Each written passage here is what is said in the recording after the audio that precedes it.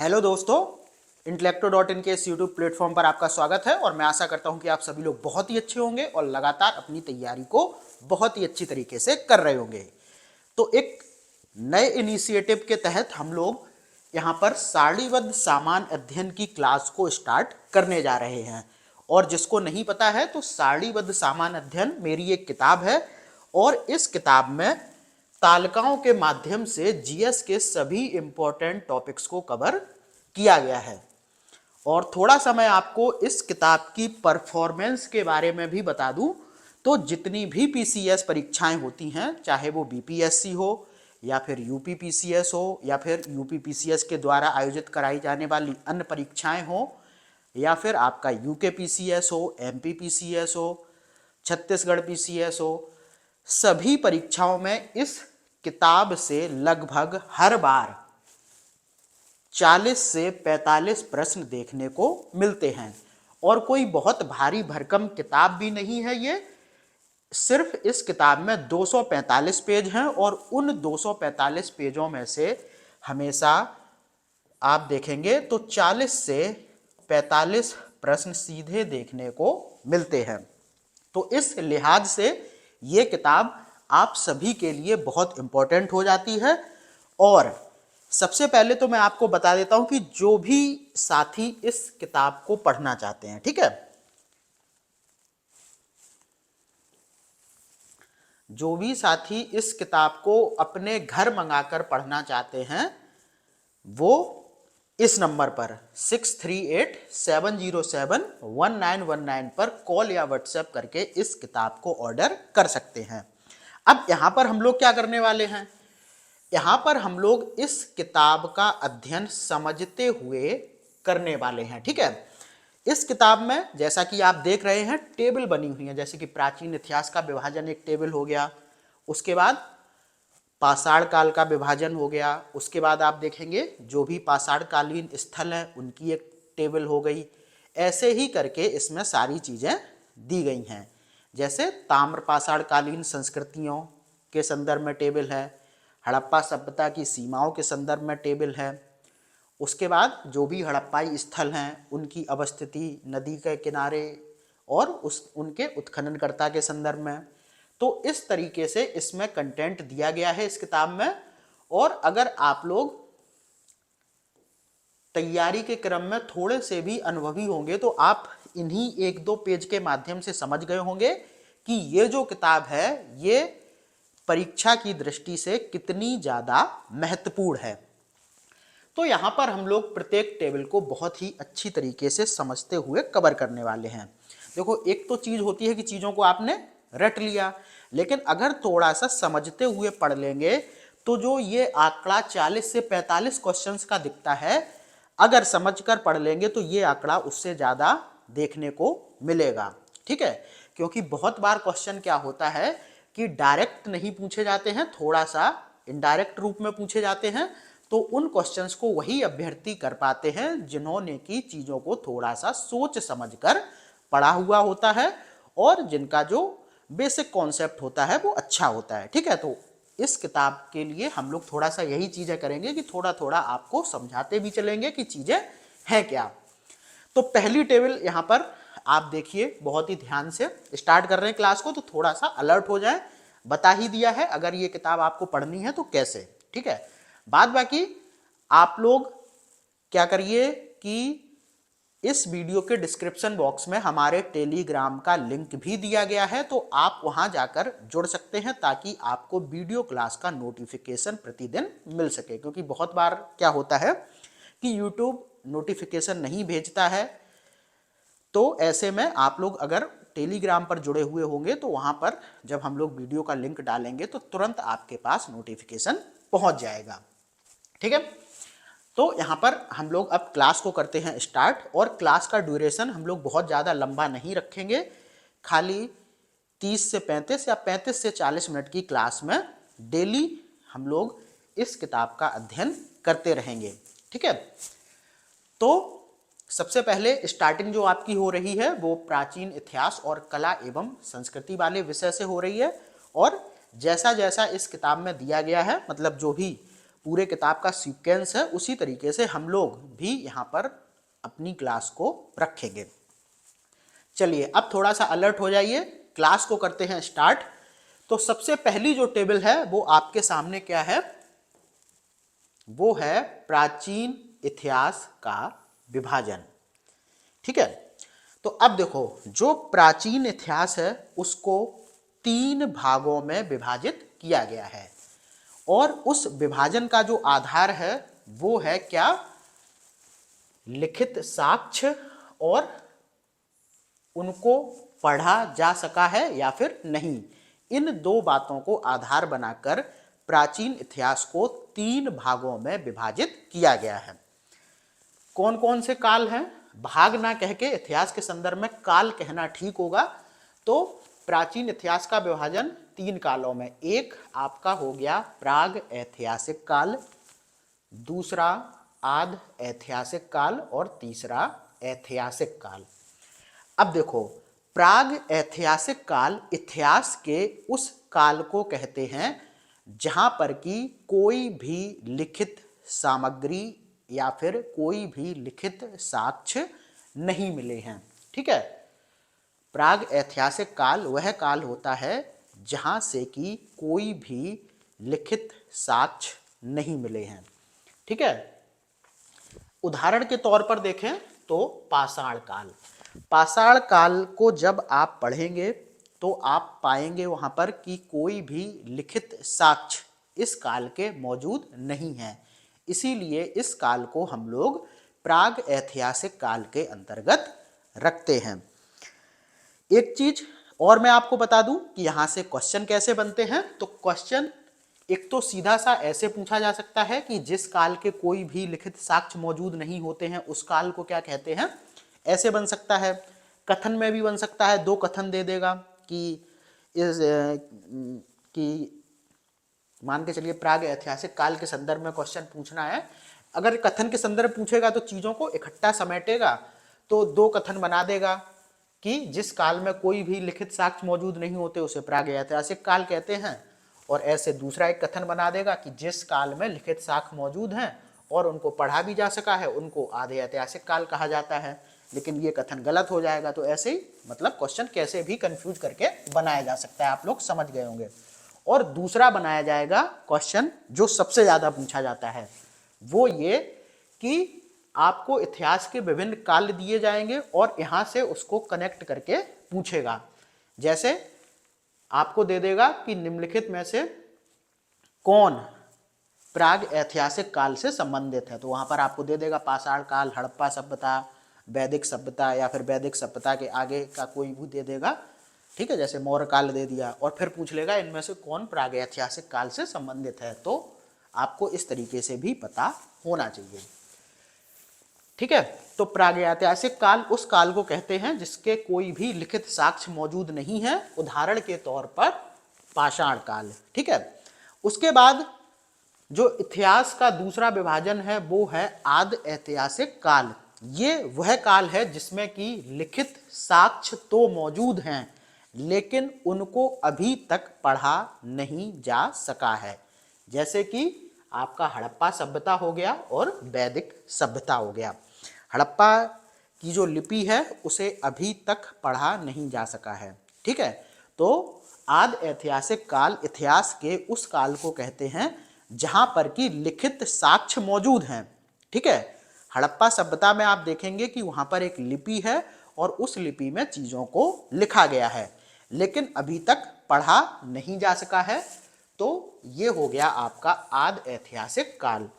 अब वैदिक काल भी आपको ध्यान रखना है कि आद ऐतिहासिक काल के अंतर्गत ही आता है, क्योंकि वेदों के संदर्भ में आपने सुना होगा कि इनको बहुत समय तक तो मौखिक रूप से सुन सुनाकर आगे बढ़ाया गया और अभी तक एग्जैक्ट ये नहीं पता है कि वेदों की रचना कब हुई थी। इसी के आधार पर वैदिक सभ्यता को भी हम आद ऐतिहासिक काल के अंतर्गत डालते हैं। अब देखो प्राचीन इतिहास का जो तीसरा विभाजन है वो है ऐतिहासिक काल। ऐतिहासिक काल मतलब वह काल जिसमें कि लिखित साक्ष्य भी लिखित साक्ष्य मौजूद हैं और उनको पढ़ा भी जा सका है। तो ऐसे काल को हम लोग क्या कहते हैं? ऐतिहासिक काल। और इस काल के अंतर्गत आप देखेंगे तो वैदिक काल से आगे आने वाला जो भी इतिहास है वो इसी काल के अंतर्गत आता है। ठीक है। और यहाँ पर अब आपने देख लिया होगा इस पूरे टेबल को कि कैसे आप समझते हुए इसको पढ़ सकते हैं। प्राचीन इतिहास का विभाजन 3 भागों में हुआ है: प्राग ऐतिहासिक काल, आदि ऐतिहासिक काल और ऐतिहासिक काल। प्राग ऐतिहासिक काल उस काल को कहते हैं जिसमें कि कोई भी लिखित साक्ष्य मौजूद नहीं है, जैसे कि पाषाण काल। आदि ऐतिहासिक काल उस काल को कहते हैं जिसमें कि लिखित साक्ष्य मौजूद हैं लेकिन उनको अभी तक पढ़ा नहीं जा सका है, यानी कि आपका हो गया हड़प्पा सभ्यता और वैदिक सभ्यता। और तीसरा है ऐतिहासिक काल जिसमें कि लिखित साक्ष्य भी मौजूद हैं और उनको पढ़ा भी जा सका है। तो इसमें आ जाएगा आपका जो वैदिक काल के बाद का इतिहास है। ठीक है, तो एक टेबल अपनी हो गई कंप्लीट। अब हम लोग बात करते हैं दूसरी टेबल की। दूसरी टेबल क्या है? पाषाण काल का विभाजन। अब देखो, जो पाषाण काल है उसको 3 भागों में विभाजित किया गया है। कौन कौन सा? पुरापाषाण काल, मध्यपाषाण काल और नवपाषाण काल। तो सबसे पहले तो इनका हम लोग कालखंड देखेंगे। तो पुरापाषाण काल की अगर हम लोग बात करें तो इसका जो कालखंड है वो है 25 लाख ईसा पूर्व से 10,000 ईसा पूर्व तक। बीसी मतलब बिफोर क्राइस्ट, यानी कि ईसा पूर्व। ठीक है। अब हम लोग इस काल की थोड़ी सी विशेषताएं भी देख लें कि इस काल में आखिर चल क्या रहा था। तो पुरापाषाण काल की अगर हम लोग बात करें तो इस दौरान जो मनुष्य था वो पूरी तरीके से आदि मानव था। ठीक है। और कैसा जीवन जीता था? शिकारी का। शिकारी के लिए आपको एक शब्द मिलेगा, आखेटक। ठीक है। तो क्वेश्चन ऐसे भी पूछा जा सकता है कि किस काल में मानव आखेटक का जीवन जीता था। तो आखेटक जो शब्द है उसको देखकर आप लोग कंफ्यूज मत होइए। आखेटक का मतलब होता है शिकारी। तो पुरापाषाण काल में जो मानव था वो पूरी तरीके से आदिवासी जीवन जीता था और जंगलों में रहता था और कैसा? शिकारी जीवन जीता था। एक सबसे बड़ी घटना जो कि पुरापाषाण काल में हुई थी वो थी आग की खोज। लेकिन एक चीज ध्यान रखना कि पुरापाषाण काल में मानव ने आग की खोज तो कर ली थी लेकिन इसका प्रयोग करना नहीं सीखा था। ठीक है। तो आग की खोज कैसे भी करके 2 पत्थर आपस में टकरा लिए होंगे उन्होंने और उससे चिंगारी उठी होगी और आग लग गई होगी। लेकिन अभी तक मानव इस काल में ये नहीं समझ पाया था कि आखिर इस आग का उसे करना क्या है, इसका प्रयोग क्या है। ठीक है। तो इस काल में ये चीजें हुई थी। उसके बाद हम लोग बात करते हैं पाषाण काल के दूसरे कालखंड की जो कि है मध्य पाषाण काल। इसके कालखंड को देखो तो यहाँ पर आप देखेंगे तो 10,000 ईसा पूर्व से और 5,500 ईसा पूर्व तक। ठीक है। तो मध्य पाषाण काल का जो कालखंड है वो है 10,000 ईसा पूर्व से 5,500 ईसा पूर्व तक। इसमें देखिए क्या क्या हो रहा है। तो पशुपालन की शुरुआत हुई। ठीक है। किसकी शुरुआत हुई? पशुपालन की। बहुत बार क्वेश्चन पूछा जाता है कि किस काल में पशुपालन की शुरुआत हुई? तो मध्य पाषाण काल में। और यह भी ध्यान रखना, एक क्वेश्चन खूब पूछा जाता है कि मानव ने सर्वप्रथम किस पशु को अपना पालतू बनाया? तो ये बनाया था एक कुत्ते को। ठीक है।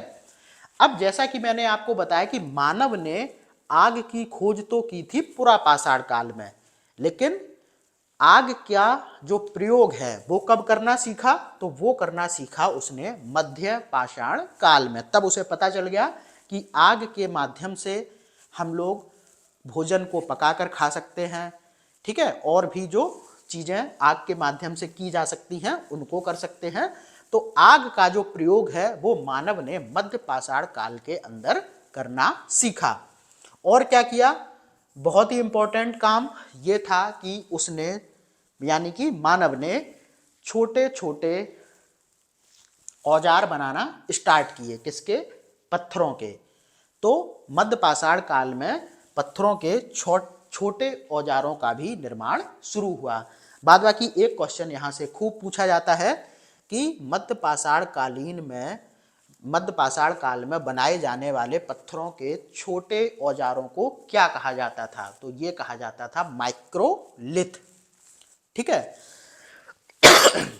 तो इस प्रकार से आपको समझते हुए पढ़ना है। ठीक है, अगर आप ऐसे पढ़ेंगे तो ये किताब, मैं आपको बता रहा हूँ, 50 से 60 क्वेश्चन भी फंसाकर आपको दे सकती है अगर आप इस तरीके से इसका अध्ययन करेंगे। तो लगातार पूरी क्लास जो भी मैं आपको करवा रहा हूँ उसको बहुत अच्छी तरीके से देखिए, और जो मैं इस तरीके की एडिशनल चीज़ें बताता हूँ उसको भी अपनी किताब में तुरंत वहीं पर नोट कर लिया करिए। तो ये बात हो गई मध्य पाषाण काल की। अब हम लोग बात करते हैं नव पाषाण काल की। तो नव पाषाण काल के कालखंड की बात करें तो यहाँ पर आप देखेंगे 5500 ईसा पूर्व से 3000 ईसा पूर्व तक के काल को नव पाषाण काल कहते हैं। इसमें क्या हुआ? इसमें मानव ने स्थायी जीवन, मतलब स्थायी जीवन में रहना शुरू कर दिया। स्थायी जीवन का मतलब क्या था? अब देखो, पुरा पाषाण काल में मनुष्य था क्या? आदिवासी। अब आदिवासी लोग कैसे होते हैं? जो कि जंगलों में रहते हैं, भोजन के लिए इधर उधर भटकते रहते हैं। उनके भोजन का कोई भी एक ऐसा ठिकाना नहीं होता है। जैसे कि आज के समय हम लोग देखें तो क्या होता है कि लोगों के घरों के पास खेत होते हैं, उन्हें पता है वहाँ से वो चीज़ें मिलनी हैं, उन्हें पानी यहाँ से मिलना है, यानी कि जो भी संसाधन होते हैं वो उनके आसपास ही होते हैं और वो वहाँ पर एक अपना ठिकाना बनाकर रहते हैं। तो ये जो जीवन की शुरुआत हुई स्थायी जीवन की, वो हुई नवपाषाण काल में। ठीक है, तो अब स्थायी जीवन के लिए जरूरी चीजें क्या हैं? जैसे कि उन्होंने भोजन उगाना स्टार्ट किया। भोजन उगाने से मतलब था कि कृषि की शुरुआत हुई। ठीक है, कुछ मतलब इसका भी कोई एक्सपेरिमेंट हुआ होगा, कहीं पे कुछ चीज़ों के दाने गिर गए होंगे। ठीक है, जैसे कि आप देखेंगे कि कृषि की शुरुआत हुई और जो मनुष्य था उसने सबसे पहले जौ को उगाना स्टार्ट किया। ठीक है, तो कृषि की शुरुआत और औजारों का बनना, ये सारी चीज़ें जब होने लगी, औजारों के बनने से ही कृषि क्रांति और आगे बढ़ी। ये भी आपको थोड़ा सा समझना होगा कि जब औजार बने, क्योंकि खेतों को जोतने के लिए हल चाहिए, मेड़ बांधने के लिए जो भी औजार होते हैं आज के दौरान आप देखते हैं, तो उस समय पत्थरों की ये औजार बन रहे थे, जिससे कि कृषि की शुरुआत हुई। कृषि की शुरुआत हुई तो स्थायी जीवन की शुरुआत हुई। स्थायी जीवन की शुरुआत हुई तो आप देखेंगे भूमि का महत्व बढ़ा। ठीक है, तो ये सारी चीज़ें भी आपको देखनी होगी। और सबसे बड़ी जो खोज हुई इस काल में वो थी पहिए की खोज। पहिए की खोज सीधा सा मतलब था ट्रांसपोर्टेशन। ठीक है, यानी कि अब चीज़ों को एक जगह से दूसरे जगह भी ले जाया जाने लगा। ठीक है, तो यहाँ पर नवपाषाण काल में स्थायी जीवन की शुरुआत होती है। और क्यों होती है? क्योंकि पत्थरों के छोटे औजार बनते हैं, उन औजारों से क्या होता है, खेती की जाती है और लोग विभिन्न फसलों का भी यहाँ पर खोज कर लेते हैं। और मनुष्य के द्वारा जो पहला उगाया जाने वाला अनाज है वो भी ध्यान रखना, जौ। ठीक है, और इस काल में ही पहिए की खोज हुई। तो ये पूरा आपका हो गया पाषाण काल का विभाजन, जिसमें कि आपने देखा पुरा पाषाण काल, मध्य पाषाण काल और नव पाषाण काल, इनका कालखंड देखा और ये देखा कि प्रत्येक काल में क्या क्या हो रहा था। तो आई होप ये भी टेबल आपको बहुत अच्छे से समझ में आई होगी। बाद बाकी अगर कोई भी कंफ्यूजन है तो आप लोग इस वीडियो के कमेंट बॉक्स में तुरंत अपने डाउट को लिख कर दें, उस डाउट को अगली क्लास में देख लिया जाएगा। ठीक है, चलिए अब हम लोग बात करते हैं पाषाण कालीन स्थलों की। एक चीज ध्यान रखना, पाषाण कालीन स्थलों से सबसे ज़्यादा प्रश्न पूछे जाते हैं और यहाँ से जो प्रश्न पूछे जाते हैं वो दो चीज़ों को आधार बनाकर पूछे जाते हैं। एक इनकी अवस्थिति के संदर्भ में और दूसरा इन स्थलों से क्या साक्ष्य मिले हैं। ठीक है, तो इस टेबल का अध्ययन बहुत ही आपको ध्यान से करना है। तो स्टार्ट करते हैं। सबसे पहले हम लोग बात करते हैं पुरा पाषाण कालीन स्थलों की। ठीक है, अभी जैसा कि मैंने आपको बताया पाषाण काल 3 भागों में विभाजित था, पुरा पाषाण काल, मध्य पाषाण काल और नव पाषाण काल। तो सबसे पहले पाषाण कालीन स्थलों के संदर्भ में हम लोग पुरा पाषाण कालीन स्थलों को देखने वाले हैं। स्टार्ट करते हैं। हथनौरा। अब हथनौरा देखो कहाँ पर है, ये है मध्य प्रदेश के होशंगाबाद में। ठीक है, तो सबसे पहले इसकी अवस्थिति को ही बहुत अच्छी तरीके से याद कर लीजिए। हथनौरा कहाँ पर है, ये है मध्य प्रदेश में। कहाँ पर? औरंगाबाद में। उसके बाद अगर यहाँ से प्राप्त साक्ष्य की बात करें तो यहाँ से मानव खोपड़ी का प्रथम साक्ष्य मिला है। ये क्वेश्चन विभिन्न परीक्षाओं में 50 बार पूछा जा चुका है कि मानव खोपड़ी का प्रथम साक्ष्य कहाँ से मिला है, तो मिला है हथनौरा से। हथनौरा कहाँ पर है? होशंगाबाद, मध्य प्रदेश में। अब देखो एक चीज मैं आपको और बता दूं, यहाँ से जो क्वेश्चन बनते हैं वो एक तो वन लाइनर के फॉर्म में सीधा बनेंगे, पूछ लेगा कि पाषाण कालीन स्थल हथनौरा कहाँ पर है, तो मध्य प्रदेश में। या फिर हथनौरा किस काल का स्थल है, पुरा पाषाण काल, मध्य पाषाण काल, नव पाषाण काल, ऐसे पूछा जा सकता है। उसके बाद या तो सीधा ऐसे पूछेगा कि हथनौरा से किसके साक्ष्य प्राप्त हुए हैं, या फिर ऐसे पूछ लेगा उल्टा करके इसको कि मानव खोपड़ी का प्रथम साक्ष्य कहाँ से मिला है। तो क्वेश्चन कैसे भी बन सकता है, आपको बस क्या करना है कि चीज़ों को बहुत अच्छी तरीके से देख लेना है, समझ लेना है, ताकि आप क्वेश्चन कितना भी घूमा हुआ हो आप उसको बड़ी आसानी से हल कर पाएं। अगला स्थल देखो भीमबेटका। सबको पता है भीमबेटका कहाँ पर है? मध्य प्रदेश के रायसेन में। ठीक है, भीमबेटका से प्राप्त साक्ष्य की अगर हम बात करें तो यहाँ से शैल चित्रकारी के प्राचीनतम प्रमाण मिले हैं। तो शैल चित्रकारी के प्राचीनतम प्रमाण कहाँ से मिले हैं? भीमबेटका से। और भीमबेटका कहाँ पर है? मध्य प्रदेश के रायसेन में। अगला स्थल देखो, अगला स्थल है आपका नर्मदा घाटी। और नर्मदा नदी कहाँ पर है बहती है, तो आप सभी को पता है कि ये मध्य प्रदेश में बहती है। तो नर्मदा घाटी कहाँ पर हुई? मध्य प्रदेश में। अब मध्य प्रदेश में जो नर्मदा घाटी है वहाँ से साक्ष्य क्या मिले हैं? वो मिले हैं मानव का सर्वप्रथम साक्ष्य। तो ये क्वेश्चन खूब पूछा जाता है कि मानव का सर्वप्रथम साक्ष्य कहाँ से मिला है, तो ये मिला है नर्मदा घाटी से, जो कि मध्य प्रदेश में स्थित है। अगला पुरा पाषाण कालीन स्थल है, ये है अतरमपक्कम। ठीक है, थोड़ा सा नाम डिफिकल्ट है लेकिन याद करिए अतरमपक्कम नाम से ही लग रहा है कि कोई तमिल नाम होगा। तो कहाँ पर ये है? तमिलनाडु में। अब यहाँ पर साक्ष्य क्या मिला है, तो यहाँ पर भी मानव खोपड़ी के साक्ष्य मिले हैं। अब अतरमपक्कम और हथनौरा में आपको कंफ्यूज नहीं होना है। देखो हथनौरा में क्या मिला है? मानव खोपड़ी का प्रथम साक्ष्य। ठीक है, और अतरमपक्कम में सिर्फ मानव खोपड़ी के साक्ष्य मिले हैं। तो यानी कि हथनौरा में मानव खोपड़ी का सर्वप्रथम साक्ष्य मिला है और अतरमपक्कम में भी मानव खोपड़ी के साक्ष्य मिले हैं। ठीक है, तो यहाँ पर ये चीज ध्यान रखना कि प्रथम कहाँ पर साक्ष्य मिला है, तो वो हथनौरा में। उसके बाद देखो अगला जो स्थल है वो है पल्लवरम।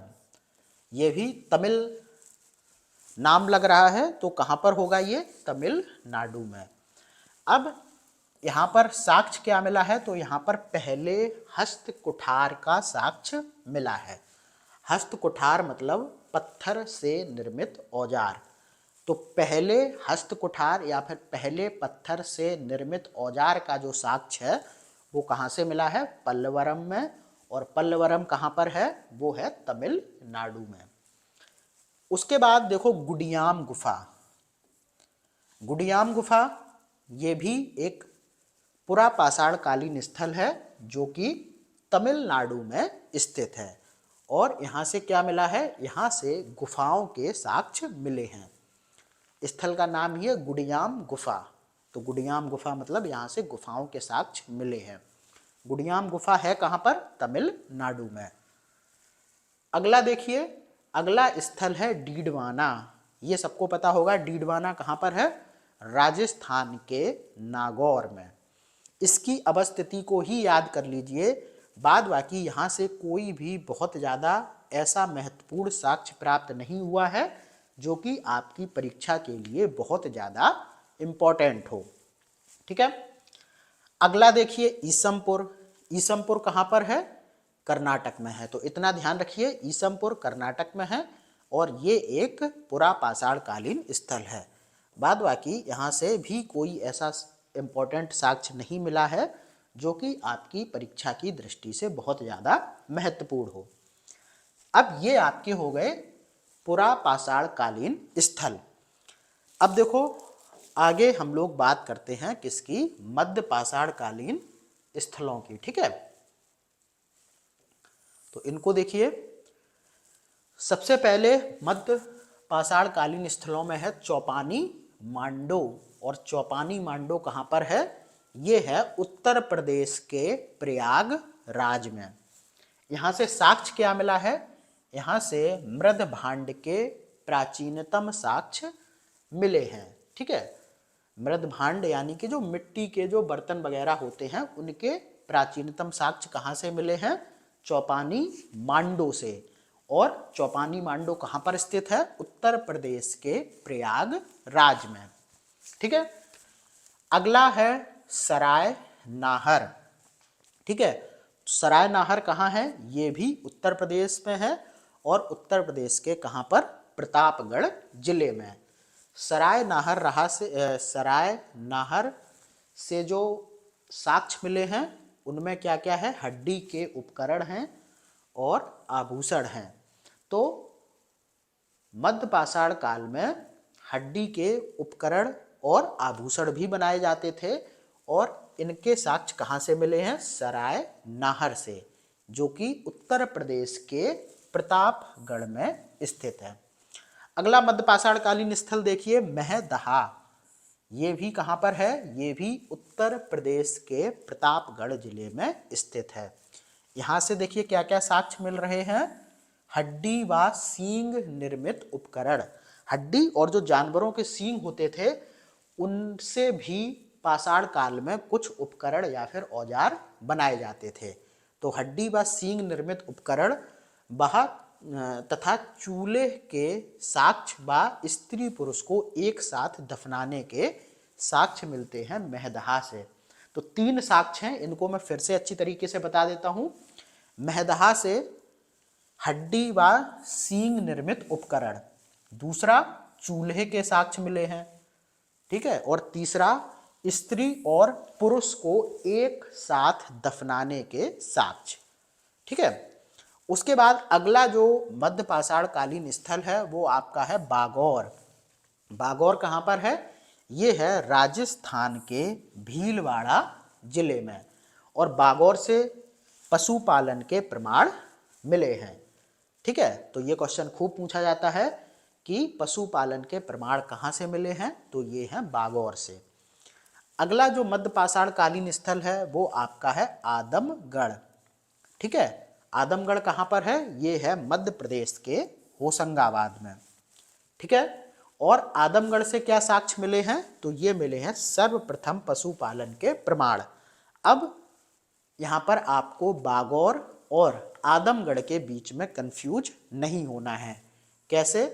क्योंकि बागौर से मिले हैं पशुपालन के प्रमाण और आदमगढ़ से क्या मिले हैं? सर्वप्रथम पशुपालन के प्रमाण। तो यहाँ पर आपका जो फोकस होना चाहिए वो सर्वप्रथम पर होना चाहिए। क्वेश्चन ऐसे ही कंफ्यूज करके बनाया जाता है, तो ध्यान रखना। अगर आपसे पूछे कि सर्वप्रथम पशुपालन के प्रमाण कहाँ से मिले हैं तो आपका उत्तर होगा आदमगढ़। और अगर विकल्प में आदमगढ़ ना हुआ और सीधा क्वेश्चन पूछा गया कि पशुपालन के प्रमाण कहाँ से मिलते हैं, तब आपका उत्तर हो जाएगा बागौर। ठीक है, तो आपको ये ध्यान रखना है।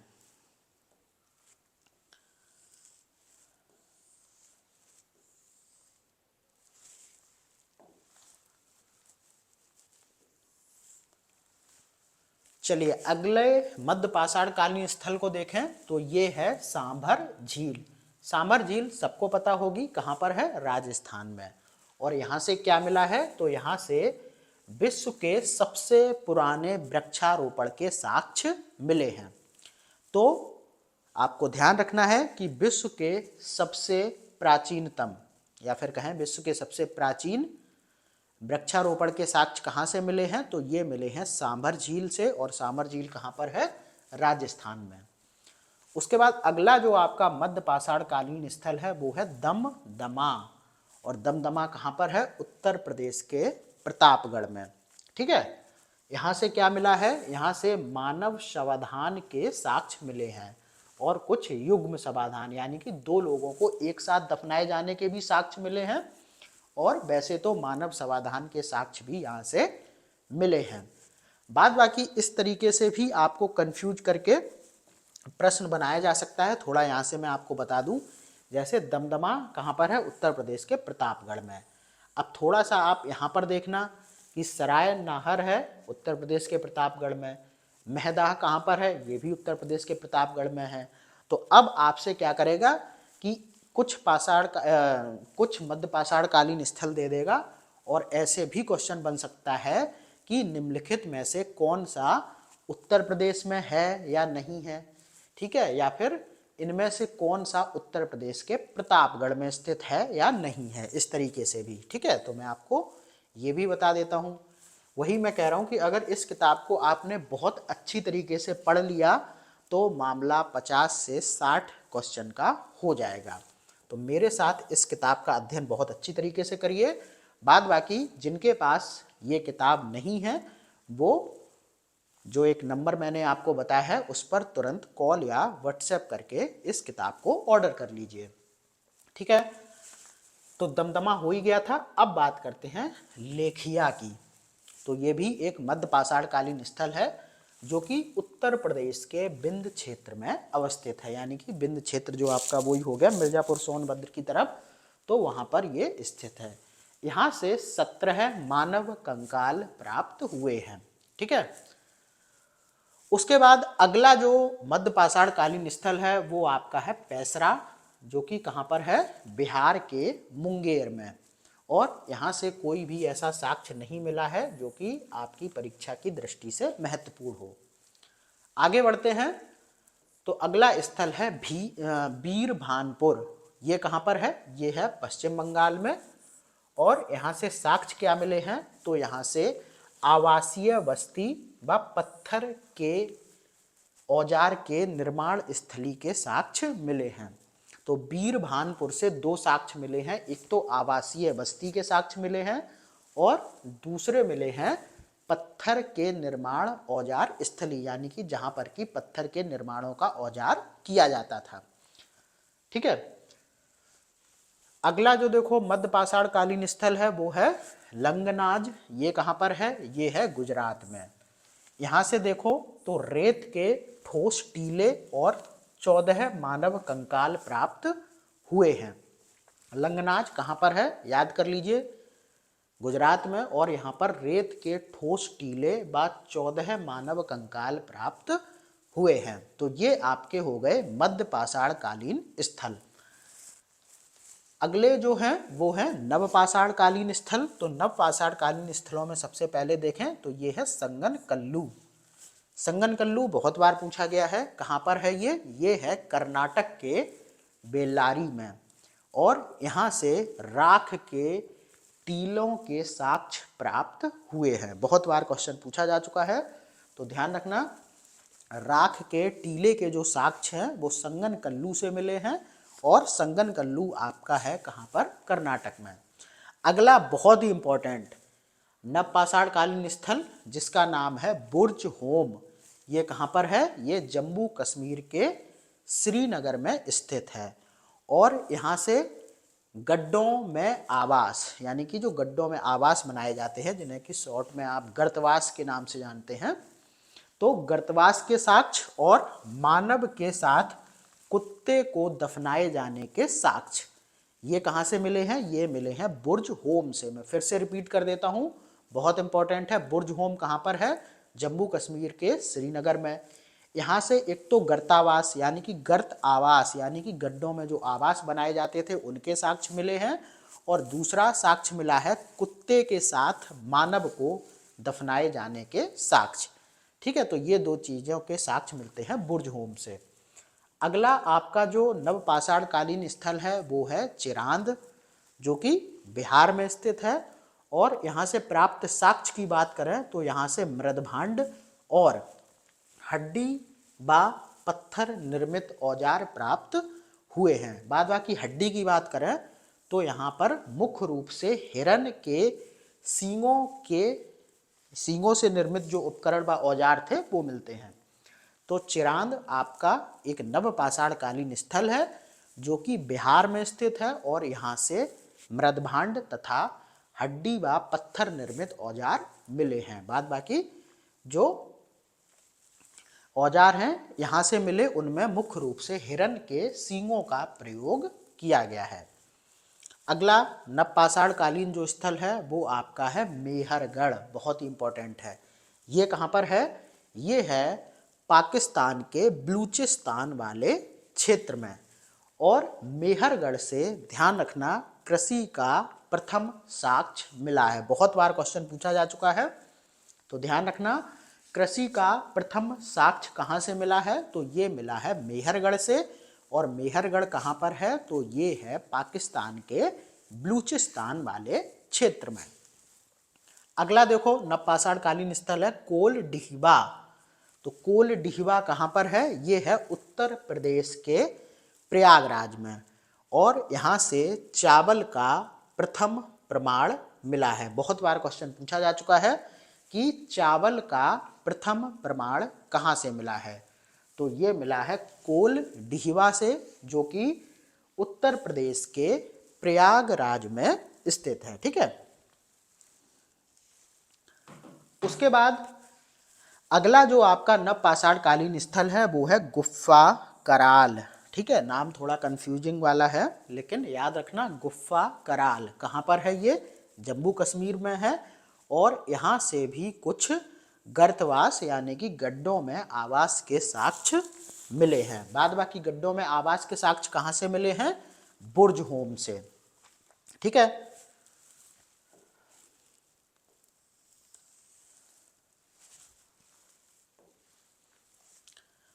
उसके बाद देखिए अगला जो स्थल है वो है लाहौरा देव। तो लाहौरा देव कहाँ है? ये है उत्तर प्रदेश के संत कबीर नगर में। और यहाँ से भारत के अंतर्गत कृषि के प्राचीनतम साक्ष्य मिले हैं। तो लाहौरा देव और मेहरगढ़ में आपको कंफ्यूज नहीं होना है। अगर क्वेश्चन सीधा पूछा जाए कि कृषि के प्राचीनतम साक्ष्य कहाँ से मिले हैं, तब तो आपका उत्तर हो जाएगा मेहरगढ़। अगर क्वेश्चन पूछ लिया जाता है कि भारत के अंतर्गत कृषि के प्राचीनतम साक्ष्य कहाँ से मिले हैं, तब आपका उत्तर होगा लाहौरा देव। ठीक है, लाहौरा देव है कहाँ? उत्तर प्रदेश में है और संत कबीर नगर जिले में।